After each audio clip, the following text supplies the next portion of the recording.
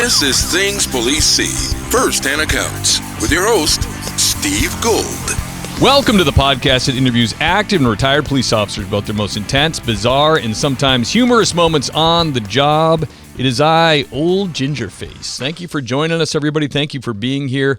It's great to have you. It's great to have all the new listeners downloading and listening to the back catalog. The content is 100% evergreen, so which means it's timeless, which is great. You can listen to all of them all the way through. They're just amazing war stories from the men and women of law enforcement that live them. True stories, totally unedited, and the show's designed to give you a better appreciation for what the men and women of law enforcement are actually doing out there. And I appreciate all the recent emails and messages that I get. Apologize if I'm slow to respond. I do work full time and I do a good amount of overtime, so the show is kind of a passion project, although I hate that term. But it's I like doing the show. It's really fun, but I do get behind all the time, and so I will get back to you if you email me, because I do love that. I love the emails about guys and gals out there that hear these men and women tell their stories, and then they actually make the decision to become a police officer. That is just awesome. So you can email me if you have any questions, or if you want you have a question of a guest, you can do that through me. I get contacted by, believe it or not, Hollywood producers and directors about, hey, do you mind if you reach out to this guy to see if he would come do a talking head spot on this documentary, or we're doing a case that he was involved in. So I don't mind fielding all that stuff for you guys, and it's my pleasure, absolute pleasure to do that. So happy you're here, and if you really love the show, I hate to do a plug up front, but I will. Patreon is a place to support. The link's in the show notes. There's a $5, $10, there's patrolman, sergeant, and then there is a $100 captain spot. It was requested in the past that people who wanted to give even more than the 2 steps, you could, if you got the money and you really love the mission of the show, the $100 captain spot, it's there. I put it there, but 5 or 10 is great. And also, if you can't afford it, or I understand times are tight, don't worry about it. The show will always remain free, so that the maximum amount of people will be able to hear the stories of these men and women, and get a better appreciation. So today's guest is very exciting, very, very pumped to have him on. His career was filled with specialties. He's an Omaha police officer. He's retired now. Did 18 years in special operations, 14 in narcotics, working undercover, 16 years on SWAT. He's now the author of a book called Ram 1. Also, his moniker when he was on the SWAT team, if you want to hear stories about a guy that went through the door first, this would be your man. It's an honor to have him. Let's bring on Paul Milone. Paul. Morning, Steve. How are you? Good, sir. Thank you for coming on, man. I'm really happy to have you. Oh, I'm happy to be here. Been looking forward to this for the last several weeks. Brother, it's awesome. I love the background. I love the prayer huddle I can see behind your head there with the SWAT guys. Yeah. That's awesome. Would you do that at training, or just before a big call, or? We did that before every live operation. Yeah. It's a good idea, man. It's always good to have the Lord have your back, Amen to that. Heck yeah. So in Omaha, obviously a built-up metropolitan area, but did you, like I work at a very small agency, and I think those are pretty common in the Midwest, and actually all over the country. There's a lot of agencies that are just a chief. You read articles about this guy that's like got 400 square miles, and he's a chief for a population of 5,000, and he's alone. It's like insane. Did you help a lot of small agencies out with things they needed, or warrants or raids? Yeah, we did. There's Omaha's kind of an anomaly. It's a 900 officer department in a state that's only 1.5 million. And the little communities that surround Omaha, we would serve search warrants for them, assist them when needed. But, we have a couple of agencies, that surround us that are 100 officers here, 100 officers there. So, the rest of the state doesn't have any cops, but the greater Omaha area is actually staffed pretty well. Okay, so they're pretty. Yeah, 100 officers. That's a good like mid-sized department. That's got plenty. When the outer outskirts and the small areas, is it mostly like sparsely like couple man departments, or do the sheriffs just cover it? Yeah, we have the deputies across the state are probably the lion's share of departments. Once you get past the 5 or 6 quote unquote cities in our state, and the state patrol, the state troopers, they do a lot of radio call answering in some of the really remote areas, assisting the county guys or the police departments with 5 cops or 3 cops. So they assist quite a bit. Yeah, man, they cover some big ground. Like where I work, there's like it's just under 60 square miles. The 2 towns I cover, which I thought was like that's a lot because if you're on one end of your jurisdiction to get to the other, it could be almost a half an hour. But so I had an Iowa deputy on that her area was like 500 square miles, and they had like 2 deputies. I'm like, damn, you almost need a chopper to get there in time for a domestic, Yeah, that's it's dangerous and it's scary and it's sad that someone would be out there alone for that length of period if something bad's going on. Yeah, it's nuts. I was just reading an article about because I'm really interested in how other places in the country do their policing, and there's this one guy, I can't remember the city, but it was in Wisconsin, rural area in Wisconsin, like a good ways outside the first major city, and 7,000 people population in this large rural town, 1 cop, and he was the chief, and the poor friggin' guy, he's like probably in his 50s, a little bit heavy set, salt and pepper hair. You can just tell like he's been a cop a long time. And I don't know if it was like being chief that enticed him, but he already quit once. And then the town came together and like people were like pissed because they loved the guy.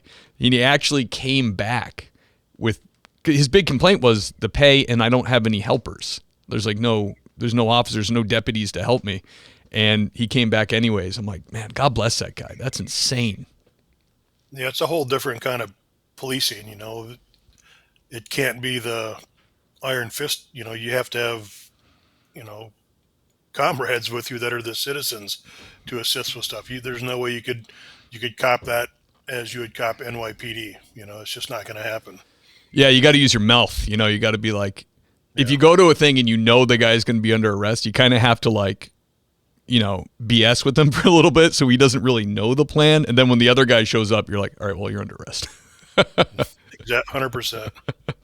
Man, it's so interesting how different everything is. But certainly you came from a place that is, a metro police department, which is really cool. Those agencies are cool, especially for people getting into the job where they, they come in and there are specialties all over the place. Like you can find your strength in police work, and then you can kind of aim towards that specialty. You could do the schools, you could do drugs, you could do property crimes, you could do internet crimes. Like that's a cool thing about huge agencies. And obviously you went the narcotics and SWAT route, which is awesome. Yeah, I tell young cops or people who want to be cops or other people just with interest that the size of our department, I think it's just perfect. It's big enough. You can do so many different things. You can work a different specialty for 2 or 3 years and move on and do another one and never get through all of them before it's time to retire. But at the same time, you still can know almost everybody at some point. If you don't go hide away like I did in the secret location and work undercover for that long. But if you're working even just a gang unit or something, you have the ability to be gregarious and go see all the different precincts and work with different people. And, through training courses and things, you can know almost everybody, but it's still huge enough that you can kind of hide away as well. So I think it's a perfect size department to work for. Yeah, absolutely. I can totally understand that. So when you got into police work, obviously you weren't on SWAT and you weren't in narcotics. So you're a young officer Milone getting in. Can you recall like the first hot call that you went on, the first call that really got your blood pumping? Literally, I graduated academy on July 20th, and whomever the powers to be were, they had some of us work that night for the midnight shift. Damn. The same day. Yeah. That's not cool. No, you couldn't even go out and have a little ceremony or party. But the first call out of the blocks that night was a body down in the Burger King parking lot, and we had cruised around for 20 or 30 minutes, maybe an hour. My FTO was showing me where to go, what to do, how does a cruiser operate, that kind of stuff. And our first call was a body down in a Burger King parking lot. And we get there, and the body had been run over, and not just Oh, once, but probably 6 or 7 times. And of course, that night you don't know what it is, but here's this body that's the head is laying down somewhat downward, and so the blood had begun to pool. The avidity in the head had made the head was swollen, and it looked like a big purple pumpkin. And the investigation turned out, which we found out a week or so later from the homicide guys, is that this guy was a cross-dresser driving around with a bunch of Hispanics in a car drinking beer. They soon realized that she was a he. They threw him out of the car, ran him over, and continued to ramp over his body multiple times to make sure he was dead. And like, that oh was my my very gosh. first radio call as a police, as still in training, right? Day one, call one. And Oh my gosh. I was able to separate myself from the scene. And I'm like, this job's going to be interesting, and the body didn't freak me out. I didn't get sick or anything like that. It just was like, wow, I suppose now you go into work mode, and how are we going to handle this scene? But yeah, that was call one. Damn. Yeah, I don't like seeing the human body in like weird and contorted ways, which is unfortunately part of our job. But a lot of guys that's not their weakness. I still to this day don't like it, but I'm fine. I've worked with guys before that just don't like animals hurt. They'll go to a body that's tied into a pretzel, but if a dog gets hit, they're like, "Can you take this one?" So I'm like, yeah, you take the next body then. That's crazy, man. So when you saw that for the first time, you saw like the lividity and the swollen head and all that. It didn't shock you or didn't disturb you at all. No, it was interesting. It wasn't interesting in a grotesque way. It just was. I like learning new things, and it was interesting on. Okay, here's some of the stuff they talked about in the academy. That the homicide guys come out in the academy and say, hey, this is what lividity is, and here's what you can notice on things if you find bodies such as that. And so it just was interesting that, okay, this is day one, and it's time to work as opposed to just stand by and gawk. And there was another officer that they brought to the scene, since it was day one for some of us. She was in my academy, and she did nothing to help. It was, to her, it was shocking, and she and maybe later she got better, but she couldn't get past the point of, here's someone who's run over by a car 6, 7 times, and to not just stand there and be awestruck, as opposed to, hey, we got a job to do here. Yeah, like the blood left her face. She's just like, Yeah. yeah. Yeah, that's crazy, man. Lividity is nuts. Because it's based on time, so like how old the body is. But because I remember going to an early one younger in my career, and there was like, he had been face down on the bathroom floor for like a long time, and he had like 3 dogs and 7 cats locked in the house with him. So you open the door and you just smell that ammonia animal piss smell, and you're like, oh, that alone, I was like just gagging at, and there's poop all over the floor. Luckily the cats, I've heard this before, that cats will eat the body, but the cats did not eat him, and the dogs didn't eat him. They kind of left him alone. But I'll never forget, the detectives like picked up his head and his face, just looking for wounds to make sure this was natural. He was huge and overweight, and they pretty sure it was some kind of attack, like heart attack or something. But his face was black, and his lips and nose were like, especially his lips were like swollen, looked like a cartoon.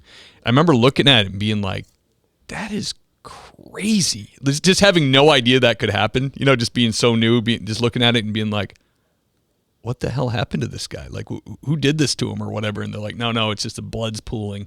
But then you go later to ones where it's like, an old lady who died in her armchair, and just like the bottom of her forearm's like a little pink, just because it just started to collect. It's not like, it's not days. So that's like a big learning curve, especially when you're, I don't ever remember. I don't think they even went over that in academy. I think that's just on the job stuff. A couple words you just said bring back another natural death. You said old lady in armchair. I had a call on a housing project, and it was like eighth floor. Check the well-being, and as soon as the elevator door opened, you knew that this person was dead. The whole eighth floor was just Oh, dead body smell, and every cop knows that. And go there, and yeah, she's laying in bed dead, and been there a long time. And the body snatchers show up, and they go to pick her up, and her arm just ripped off of her body, and that was oh, like, holy crap! That was just goofy. yeah, like an overdone chicken or something. Oh my Yeah, gosh, that's awful, man. and then I'm thinking, and I mentioned the book multiple times. In Omaha, we have it's a private contractor that are the body snatchers. If it's not going to be a murder scene, Like a funeral home or something. yeah. But these it was just two dudes in a van and jeans and t-shirts, and they were a private contractor for the coroner, and they'd go pick up bodies wherever we had them. And I'm thinking, man, isn't Walmart hiring? This is your career choice, bro. Um, Yeah, yeah, terrible. brutal. Yeah, I know. It's funny when the for us it's the same thing. Like the ME and the state police homicide don't want it, then just a funeral home will come, and it varies. Like if it's like a very successful funeral home or a big one in the area, a lot of them are familial. They've been in the area forever, and they'll show up with a suit on, and they're you can tell they're trained in trauma. They're very quiet. They're very like they speak with the spouse or family members like very empathetically, but sometimes you will get the guy like that shows up just with cargo pants on, a t-shirt, and then his buddy is helping him because like he didn't have another person, and this guy works for us part-time sometimes, and it's like they're just kind of smoking and joking, and you're like, dude, this woman's husband is croaked. You gotta take it easy. Yeah, no, it's literally the same thing. That's the two guys that were here in Omaha back then. The one guy looked like a younger version of Danny DeVito, and it was, it just was a comedy hour with these guys. And it's like, man, what a weird job. Yeah. Do you ever have the one when they like one person shows up and it's like a small female and they're like, you're looking at the body and you're like, I really don't want to help you, but it looks like I'm gonna have to help you because you're alone. I never had that. Oh, that's great Yeah, because lucky, I guess. I've only had it a couple times, but not a fan. I don't like how had one guy die in the toilet and he was just frozen, like totally supported. He had like the old man thing around the toilet, but just died pooping and did not fall over or nothing, just froze in place. And seeing people straighten and push joints to get somebody into a bag to me is like disgusting. Like I can't watch when they're just like straightening the knees and stuff. Ugh. I had one that was older black lady, had dementia, and she walked outside in January and wearing her just thin little moo and she froze to death. And she was in a contorted position. Um, Basically she laid down to sleep in the yard because she couldn't find her way back. And Oh, sad. um, and she was a large woman, and I almost had to fight to keep the family out. The neighbors called after the cops were there, and you know, I was the white cop in a almost all African American neighborhood, and Yep. they wanted to go see her. I'm just trying to like, hey, come on, just you don't want to see her right now. Anyways, the body snatchers did their best to put her in the bag, but she didn't fit because of how she was laying. So they just kind of had the bag around her, and they put her on the gurney and take her over to their minivan basically.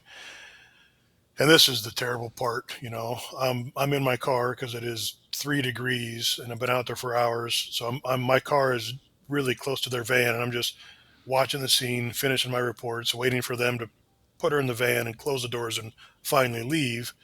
The family had gone inside, and when they push that gurney in, the legs kind of fold, right? Um, and they pushed it in, and the body fell off of the gurney, Oh. and it's hard to describe, but the sound of frozen flesh crashing into like the metal inside of the van was just such an eerie sound. And I'm thinking, man, if families only knew, how bodies are treated, even if it's not intentional, Yeah. how bodies are treated, um, they wouldn't want to know. Yeah, that sound. I can still hear it. It was just weird. And Yeah. the van shook all left and right, and these Oh guys are man. looking over their shoulder like, did anybody see that happen? And I'm like, yeah, bro, I saw that happen. You're like, I saw that. Yeah. Damn, man. Yeah, that's awful. Paul, can you describe to us a strange or bizarre thing you dealt with on the job? Gosh, man, where do you start? Um, the murders or the suicides. There was got right out of the so again right out of the academy. I was my second phase of FTO. I was taken to a homicide scene that a woman was stabbed like 60 times, Oof. and I don't want to say this wrong. She was a beautiful woman, um, and she was naked. What we found out later is that she had been in a relationship with her son's friend, and it went bad. So that's odd in and of itself, right there. But you talk about detaching yourself from the body in a scene, and I ended up knowing this lady. I didn't recognize her at the time, but I used to work with this lady. Really? I worked at a youth home before I was a police officer, and for like the last 6 months, she was the evening receptionist. Which so I just had very little contact with her. But after I read the name, I'm like, holy smokes! I called my old boss. He's like, yeah, that was her. And so here I'm in this room with this lady that I used to work with, and she had been stabbed 60 times by her son's friend because they had a sexual relationship and it went bad. So that's pretty milk toast compared to some situations, but it was an odd I wouldn't say coincidence. so. That's crazy. Yeah, kind of weird coincidence, right? Um, Yeah. but I mean, it's that's kind of a loaded question, and it's you're when non-cop friends ask you those questions, it's kind of hard to give answers. It's a weird, hard storytelling thing. But to other cops, it's easier. Kicking indoors to a house fire and carrying out a lifeless body, or um, some of the SWAT stories where guys getting shot at and having to crawl through a house, and the guy's in the basement, he can hear you crawling. You don't want to get shot through the floor. And excuse me, you know, wild pursuits or foot pursuits in the projects at 2 a.m. when he's got a pistol down at his side and you're chasing him for whatever stupid reason. You want to catch him. It's man, they're almost limitless. When you do it for that long. And Oh yeah. what I found was odd is towards the end, especially towards the end of my SWAT career, you didn't. There was no more adrenaline dump. You see the young guys on the team that are kind of doing some of their tactical breathing as we're getting close, and us old guys are just like, let's go hit it. It is Yeah. what it is. Yeah. You ran on When you do it, nitrous for too long. You're burnt out. yeah, when you're 2,000 search warrants in your career, it's like, okay, it is what it is. It's like going to get coffee, it seems like, and that's probably not a very good thing. Um, but you just got used to doing it. Yeah. Yeah. You grew those calluses so that you could do the job. Now that you're retired and you're doing some training stuff and obviously writing books, um, does do you have any residuals from that? Do you ever get like a PTSD type stuff, or do you find that everything's kind of like dull, nothing really, you know, gives you any kind of adrenaline dump, or how do you handle that? Yeah, I don't get a whole lot of adrenaline dumps. I did another podcast and I was asked about, am I a thrill seeker on the outside? And I'm not. Um, I guess maybe I got all my thrills on the department, so like bungee jumping or those kind of things, that's not this guy. Um, and you asked about PTSD. That's funny too. I have a weird stance on that term. Does it exist? Absolutely. Um, does it exist in the police world? Absolutely. But I see it getting abused. I mean, you can watch TV commercials anymore, and you'll see two actors on there, and they're like at a gym and talking to one another. You can talk to someone about your problems. And it's a military uh, advertisement, talking about you can get your PTSD payments, go talk to someone. And I see it get pushed so hard that, hey, Yeah. you too have PTSD. And it bothers me for those who really do have it, and I, I also am kind of on the stance that, man, I wish they could come up with another term, because in my heart, that term is reserved for the military guys and gals. Those guys are my heroes. And in the police world, I think it's a little bit different in the sense that it's like a long-term exposure disorder. I don't know what you would call it, but Yeah. yeah, it exists for sure because of the 25 years worth of, suicides and accidents and just the stressors of a DV call or pursuits or whatever it is. But I just think when people say PTSD, it makes them think of like combat, and cops aren't in combat necessarily. I never got rocketed and mortared, and I was involved in shootings, but to me it's just a little different. So again, sometimes I think it takes away from the special operator guys who were in Iraq and Afghanistan and Vietnam, and exposed us so much that I wasn't ever exposed to. But Yeah. You see that too on social media, man. It's like, like you said, it's a good thing to be aware of, like, keeping yourself mentally healthy, but it is like, it's almost becoming a cottage industry. Like, it's popping up, like it's almost like talking people in that they have it. I mean, as men, we are the warriors of the sexes. Like, we are designed to take a certain amount of stress and to do dangerous jobs. It's literally our job as men to do things like that. So when I see it like pushed so hard, like, I don't mind having people on, and I'm interested to hear about it. That's why I asked the question. But sometimes I get approached by someone who wants to come on and just talk about that. And I have one episode that had a good friend of mine kind of describe his journey through it. He was a San Francisco cop, and it was very interesting. And he no doubt has trauma, but like having multiple guests on to just talk about trauma police work, to me, is like that.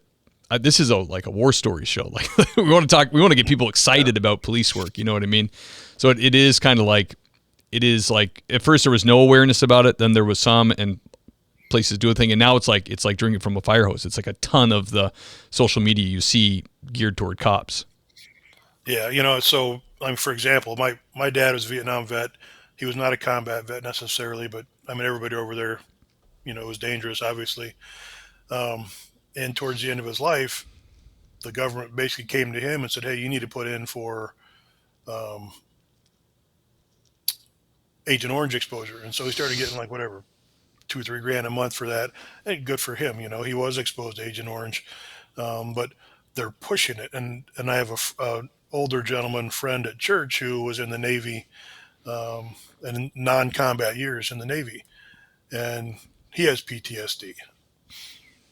I don't know what from, but I believe the VA pushes that so heavy now for all these guys that there's just all this free money out there. And now he in his heart, well, yeah, I have PTSD from being in the military. Just being in the military doesn't give you PTSD. And no, you don't have to have stormed Normandy Beach to have PTSD. But again, it's getting pushed so hard to take this money, and I think it really weakens, or it it just takes it away from the guys and gals who have seen some crazy stuff and done crazy things, and year after year or deployment after deployment of being in combat. That's who deserves it. Come up with another acronym and give those people money if you want to, but it just, to me, that's reserved for the guys and gals in green. Right. Yeah, I totally understand that point. Paul, I think a great way to combat that, and the only way for me to combat or to help my mental health is through God, through the Lord, through prayer. In your career, what role did your faith play in keeping you centered? Early on, nothing. I didn't accept Christ as my Savior until I was 40 years old, and I'm I'm glad it happened when it did, because I probably wouldn't be here today if it hadn't happened. We used to ride to these hits on the SWAT van, and it was crazy talk, and very crass and rude, and Yeah, of guys were trying course. to to let off steam before we're going to go knock on the door of a homicide suspect, right? But I had a conversion of heart, and luckily it was before my shooting. But what I ended up doing with that conversion is realizing, hey, listen, you're getting to be kind of one of the older guys on the team, and the young guys generally look to the older guys if they're a good person. And Sure. it's like, I'm going to seize this moment. And so I asked the guys if they would consider doing a team prayer before we go do operations, and started out small at first, but it soon turned into everybody on the team was doing it. And I check in with the guys; they still do it today, and it's just hey, we're going to do this, period. And if it turns out it's some type of emergency call out, and they'll do it on the van ride to the location. It's awesome. So it was a big part for me, the second half of my career, and I am so thankful for the fact that had happened, and it's still a big part of my life today. Yeah, man, it gives you it totally having that world like having that new worldview of being in Christ. It's just I can't stress enough how much it changed my life, and it gives you it gives you a lot of comfort in knowing that like God has you in your vocation for a reason.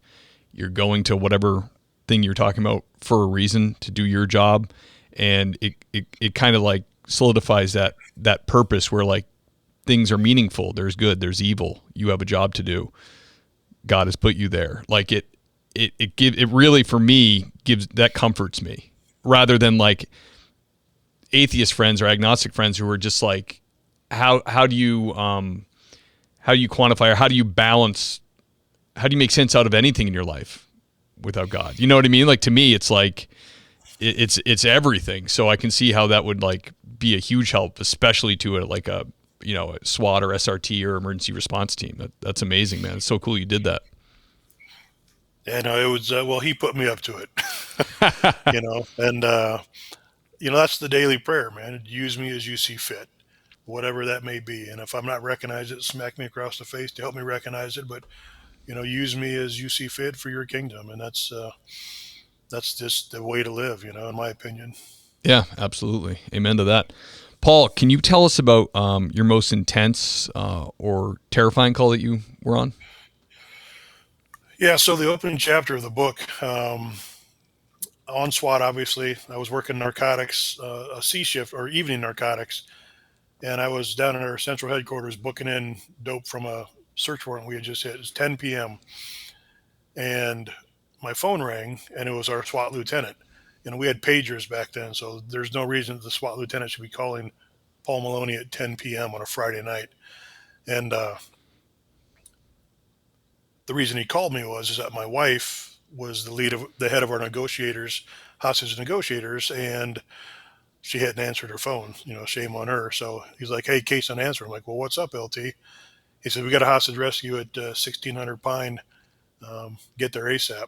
Man, I was like 5-6 blocks away, and so I drop what I'm doing, tell the NARC guys, "Hey, I got to go. SWAT's calling," and I raced down to the Pine Towers, which was a 13-story apartment unit for government housing, and get there. And what ended up being is that there was a paranoid schizophrenic who was off of his medication, and he was having auditory and visual hallucinations. The guy literally thought he was a king, like King Arthur. He had beat up his baby's mama earlier in the day and had threatened to kill her. And now he was barricaded inside his apartment with his 9-day-old baby, threatening to kill the baby. He is completely irrational, whacked. You can't have a conversation with him. So I hastily just grabbed my Ram and my M4 and my balaclava, and I haul ass and get in and go up the elevator. And luckily there was already 2 other SWAT guys there who have different jobs.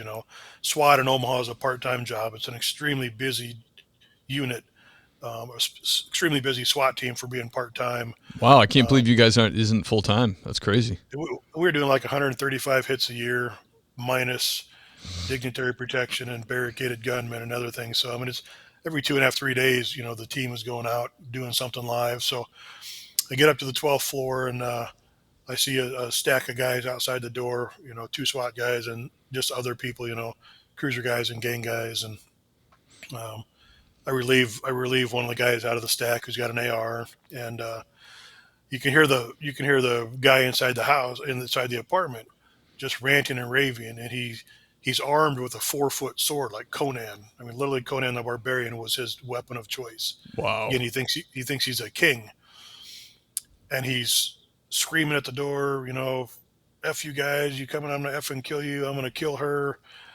Um, but he's also chopping at the door with that sword like it's an axe, and it just is resonating.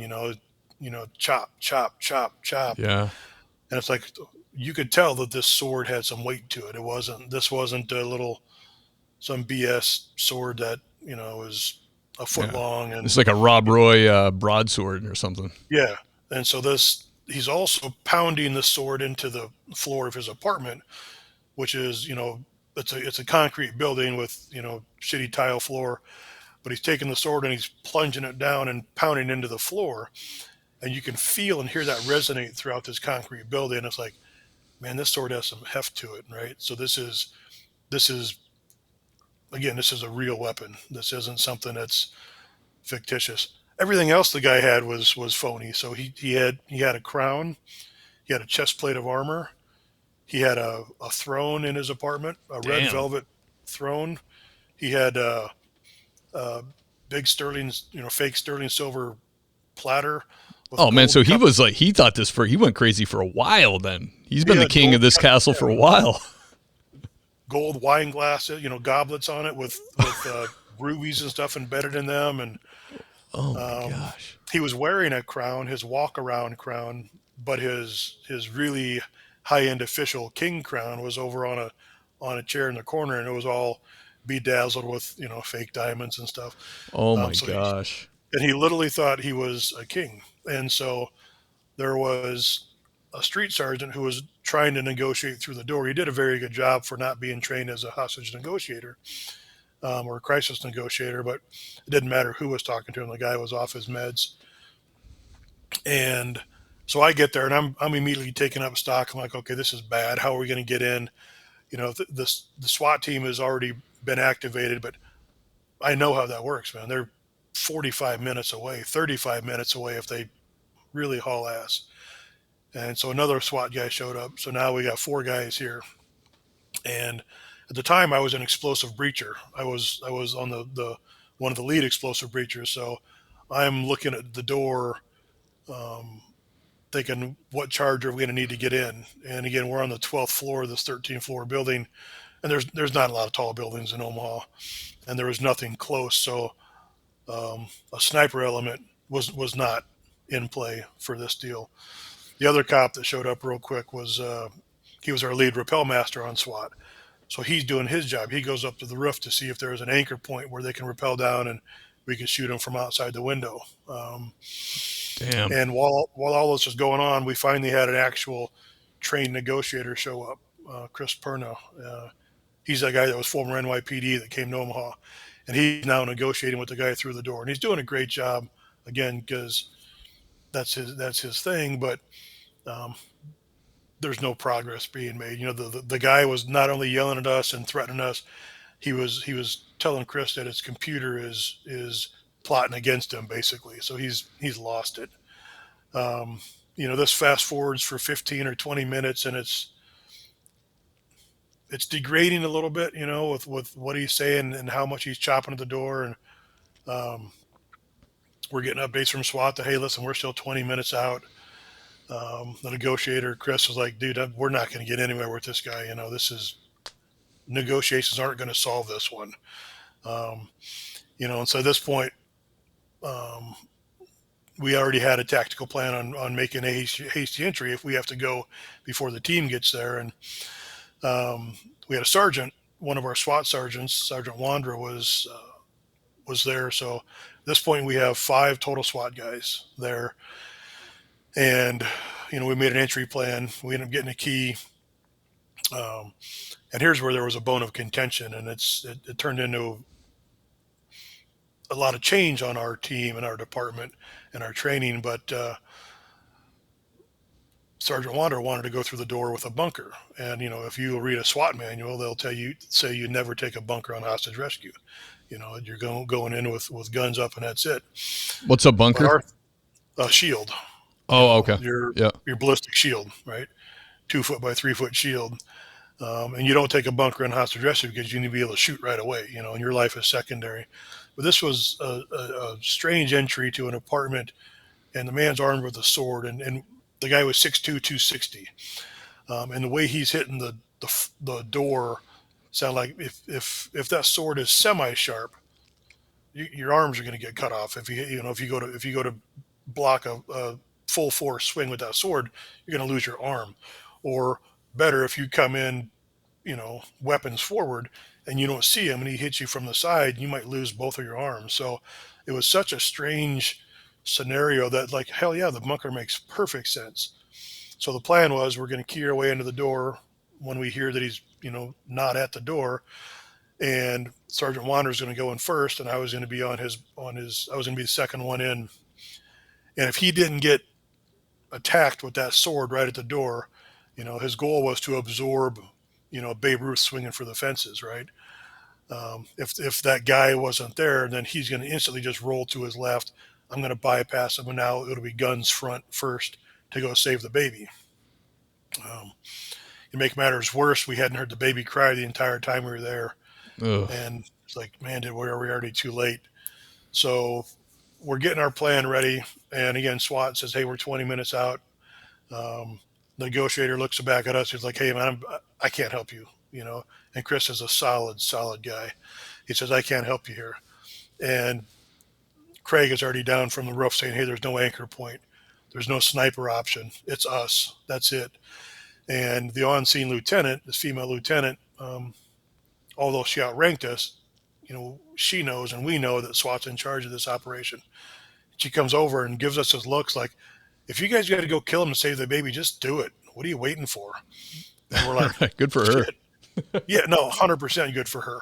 And it was a little bit embarrassing afterwards that when we talked, we're like, why did it take us that long to wait? We were trying to figure, work the plan. What are we going to do here? But it's realized, hey, sometimes you have to just go. So we went. Key opened the door, and the guy is about 12 to 15 feet inside the apartment. So Sergeant Wander rolls out of the way, and now it's me and the dude.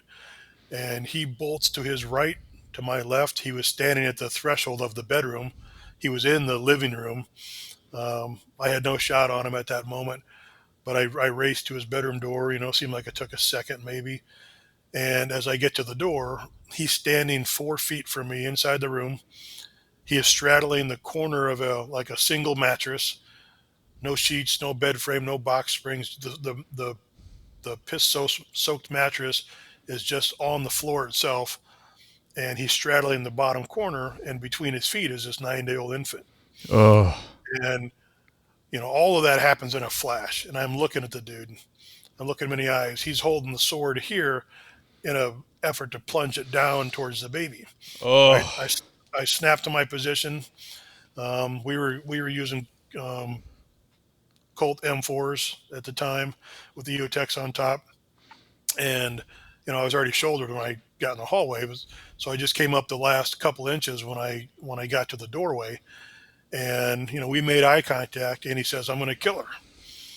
And he was just so deranged looking. My recollection, I could see like individual hairs of his beard protruding from his face. And he's holding a sword, and he makes eye contact, says, I'm going to kill her. And my thought is, no, you're not. So I raised my EOTech up, and it was interesting. We had a training failure that day, and we had a training success. The training failure was when my red dot came up. I had a conversation in my head, said, you're too high. My red dot had floated to about here, which would have been perfect. But because it should shoot that close. It should be shooting low, right?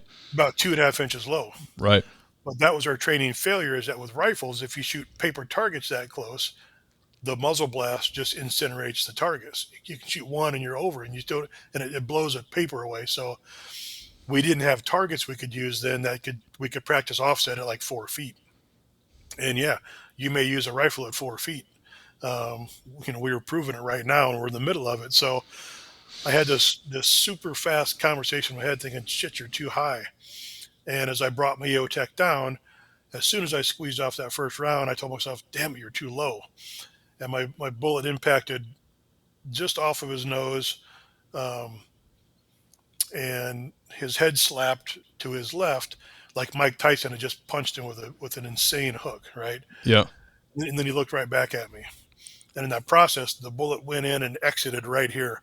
It did 100% 180 right back out of his mouth as his head turned, and A rifle round. it blew his teeth out, and it blew. There was 27 pieces of fragment in the wall behind him. Yeah, 62 grain Remington. And so then the intrusive thought in my head was, shit, these bullets don't work. Yeah. This is happening, man, just like this. Yeah. And as soon as his head slapped over and he looked back at me, I'm like, I have to do something different. These aren't working. So I figured I would just start filling his body full of rounds to get him to stop, because he's still standing there, still has the sword. Um, and his body was kind of a little bit of an angle to me when that happened. And so I just started putting rounds into his body. And as soon as I did, he instantly dropped to the ground. And I thought that I'd spine shot him somehow, that my bullet went in under his left arm, under his right arm, and had severed his spine because he dropped so fast. It wasn't like the movies where you're going to stumble back or go flying back. He just instantly hit the ground. Um, but as soon as he hits the ground, now the training, there was a success in the training. We're always trained in the flat range, shoot the person, follow him down. Does he need to be shot on the ground again? Is the person still a threat? That training mantra had stuck in my head. So I followed him to the ground, and he instantly reaches back for the baby. And it's just Oh crazy to my think gosh. he had that fortitude to be able to do that, with his mouth blown away and a round into his body. He reached back for the infant. And so the training kicked in to where I followed him down with my EOTech, and I shot him again. And I could tell with that third shot that I killed him instantly. I hit him in the brainstem. Um, and his body just instantly was done. And, the baby was alive, even though she hadn't made a peep when we were there. One of the most distinctive memories from that is after that third shot, I stepped in the room to make room for everybody else. I'm going to go clear the rest of the room and, do everything by myself, which was unnecessary. But I'm telling guys, clear the room, get the baby, do this, do that, check the closets. They were already doing all that stuff.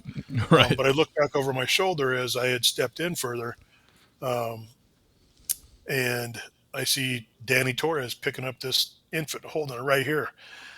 And he's like, she's alive. I'm like, oh my God, thank you. Yeah. She was in a onesie, and she was soaked in her own urine. He hadn't done anything for her since he had beat up the mom multiple hours earlier and kicked her out of the apartment. And he just was on his tirade the whole time. He lost it, and interesting point is that when I stepped in, I yelled out, "You stupid MFer." And I was pissed that he forced us to kill him. Accurate. And reflection later was, he didn't force us to do anything. He had no idea what was going on. He was so out of his mind. He was not in control of his faculties whatsoever. Our mental health system is what failed that guy. And, he didn't, it wasn't a suicide by cop thing. I've been involved in those before. It wasn't suicide by cop. He had no idea what was going on in the world. He thought he was a king, and why it went that way, other than the fact that he's crazy, that was it, And so in the book, I don't use his name. I don't want to, make his family feel like I'm slighting them by any means. Yeah. The guy was crazy, officially crazy. And, that, that is what led to his death that day. And it wouldn't have mattered if, like a co-responder showed up that day. Nothing would have changed. We had a professional negotiator there. We did what we had to do to save a life. Unfortunately, that included to killing, the father. But I would take that outcome every day if that was the only choice. We're not gonna wait long enough to let him cut a 9-day-old infant in half with a 4-foot broadsword. So yeah, that was that was an event, man. I tell you, being That's outside the door incredible. when he's chopping at it, it reminded me of that scene in The Shining where Nicholson's chopping at that hotel door with the axe, and then he peers through that hole in the door saying, "Here's Johnny." And I'm like, I wanted to just shoot the dude through the door when he's chopping at it. Of course, that's Yeah. obviously not even remotely an option. Um, but that was not something we'd ever trained for, And so that led back to, going in with the bunker. People were pissed at Sergeant Wander. People who weren't there, it's like, hey, listen, man, you weren't there. This was not anything we've ever trained for. This isn't, the classic hostage taker scenario where you don't want the bunker there so you can make a perfect shot. This was so different, something we never even fathomed.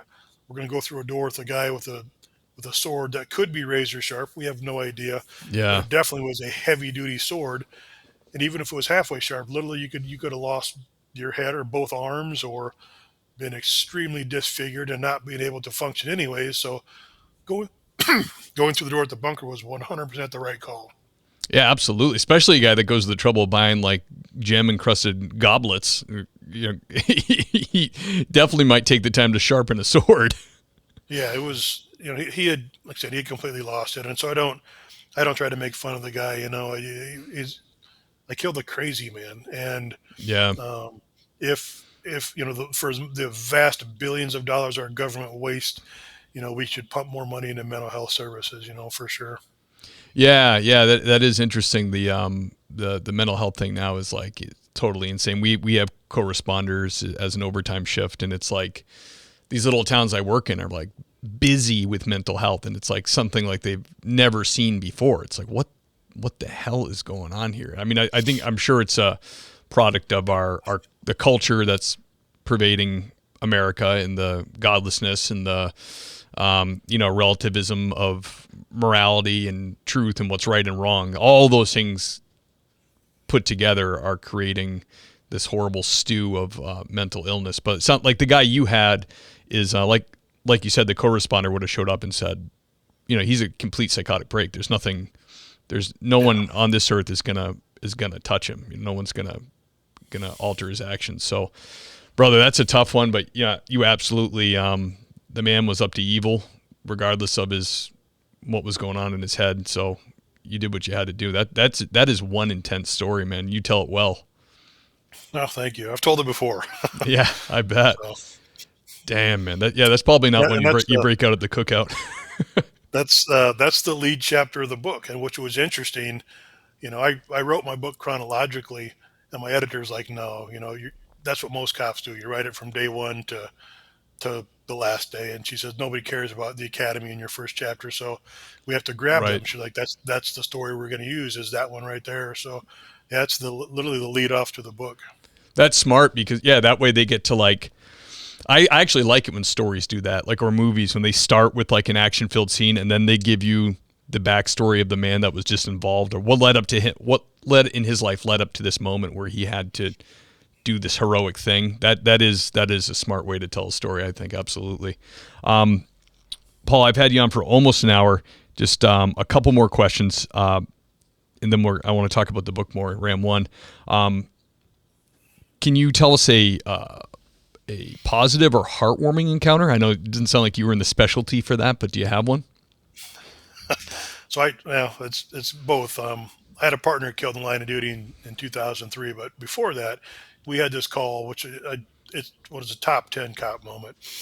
We were in a crappy trailer park, and it was a call for a child that's out of control. You get those all the time, and there's really not much cops can do.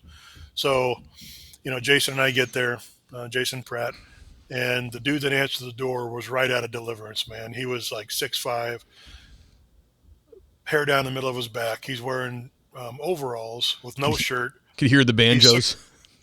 Well, here we go. So he's 6'5", about 350 pounds, and 50 of it was his beer gut. And he's a hairy body. So again, no shirt. So there's, his back hair and his arm hair and his shoulder hair is all coming out of his overalls. And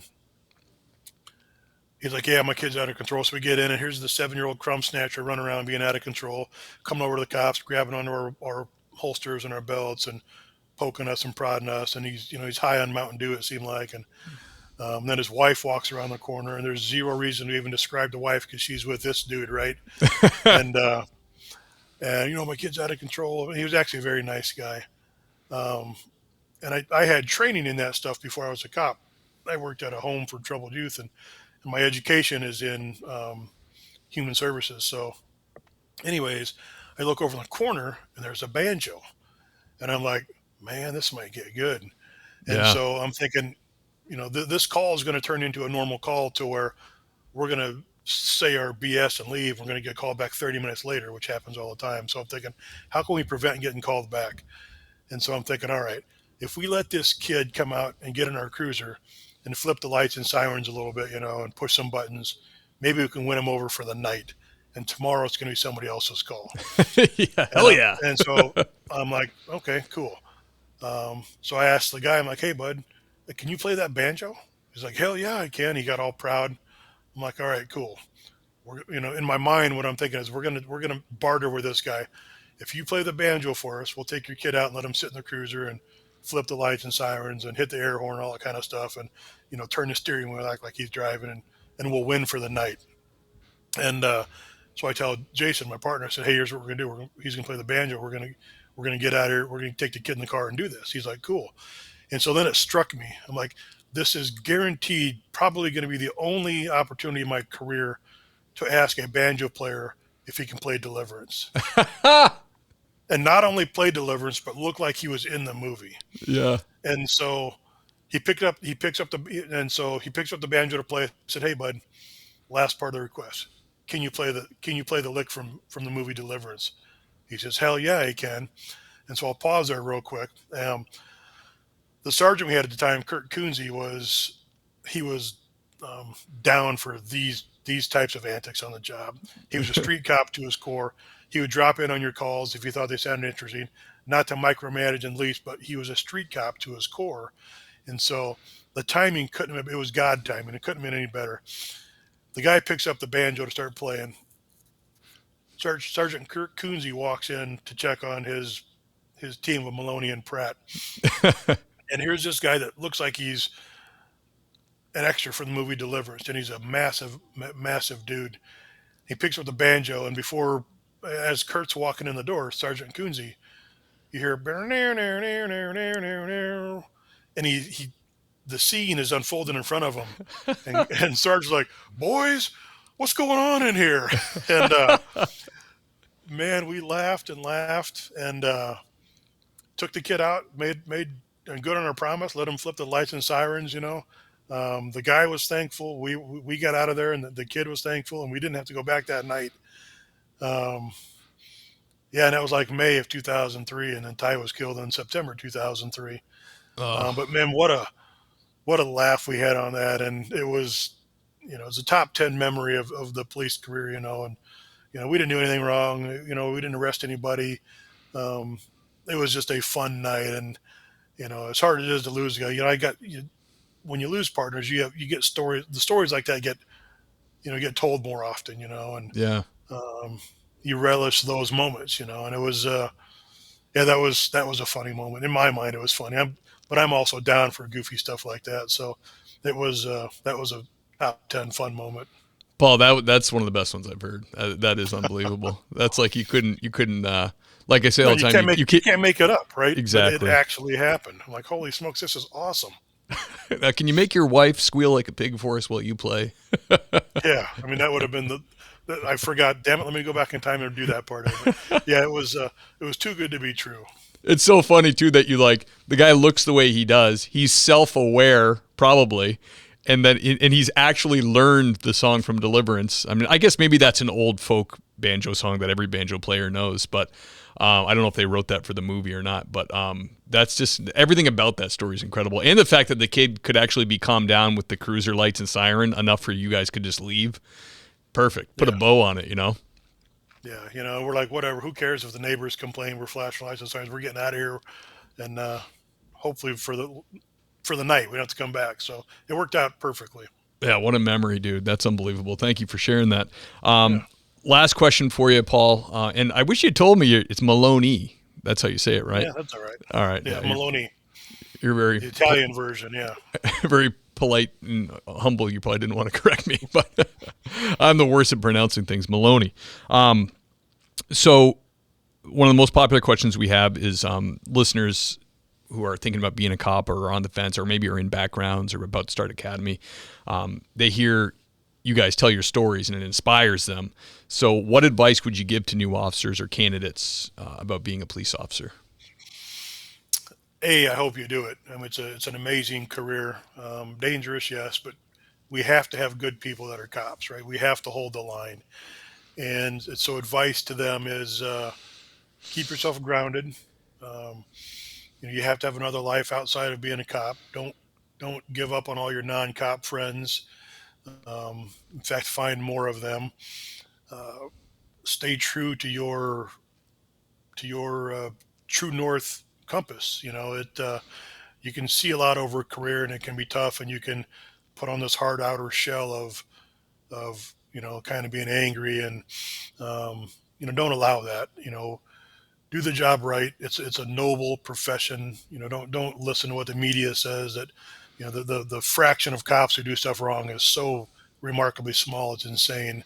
Yeah. Um, it's a really noble profession that we need. If we don't have cops, our country is done. I mean, that's it. You know, I have cop friends that say I'll never let my kid be a cop. It's like, dude, somebody had to storm Normandy, right? I mean, somebody had to storm the Omaha beach. Right. It's a different animal, but somebody has to put on the badge and keep evil at bay. And if we don't, our country is just finished. And so just realize that it's the long game. It's not the short game. And keep your faith in your family and your friends, and do the job right, and make your community proud. Absolutely. Words of wisdom, brother. I love that. Perfect. And what you said there too about the small percentage of cops, like, of course, this is never talked about really in the media, but it's like becoming a cop or in any form, local, state, city, federal. The background's insane. Like they're very careful with the background. People do get through, or people change on the job and can make mistakes or become bad. But as professions go, it has an incredibly low percentage of bad apples. Like people don't realize that. Like police, the percentage that police go bad is much lower than like most professions, and that's because of the background and how careful places are. But it's a numbers game. If you have almost 1 million cops in the country, well, yeah, Sure. they're human beings. There's gonna be some problems, but as a profession, it does quite well on paper with malpractice, for lack of a better word. So that was Yeah, absolutely. You arrest a plumber, it doesn't make the news. right. There's no reason to put the fact on that you arrested a plumber or an electrician for something. Um, it's an extremely low percentage, but it happens. And again, the reason it happens, you said it right there, because they're human beings. Human beings have the ability to screw up everything. Oh yeah. You have a perfectly good thing, and you put humans in it, they're going to screw it up somehow. And to include law enforcement, there is some bad apples. Very very few, but that's what makes the news. So Yep. be the good in the world is what you need to be. Be the good cop in the world. Absolutely. I try, man, and every night I lie down and I go through it with God. I go, all right, what did I do today? What do I need to do? What do I need to confess? It's like, all right, brother. Let's talk more about the book. It's getting fantastic reviews. I love the name Ram One. Did you get that nickname right away, or was that after you bashed in your like 500th door? It's actually the position of our primary breacher. We call it Ram One, and then Ram Two is the assistant breacher, right? So it's actually the position. And in my SWAT time, I served like 900 and some warrants, and I would bet you 750 of those 900 times I was the primary breacher. So soon that because as they're going through the roles, Milone Ram One, Jones Ram Two, Smith Defense One, um, you know, so it just kind of became synonymous Milone Ram One, and so now guys started jokingly calling me that. But to come to the title of the book, man, I fought it. I wanted to call it something else, and my editor kept telling me, "You're dumb. This is the title of your book." So I realized, if I'm paying an editor, I should probably listen to them. I Yeah. had a different version of my mind, and I had some of the parting gifts when I retired. Had Ram One monikered on it by my buddies. Like, okay, maybe it's a sign. I should probably listen to people. So, yeah, that's how that came to be. Yeah, heck yeah. I can tell you look like a Ram 1. I can just tell by your shoulders and your neck. You're probably a pretty big dude. Yeah, I was built for that job, and I loved it.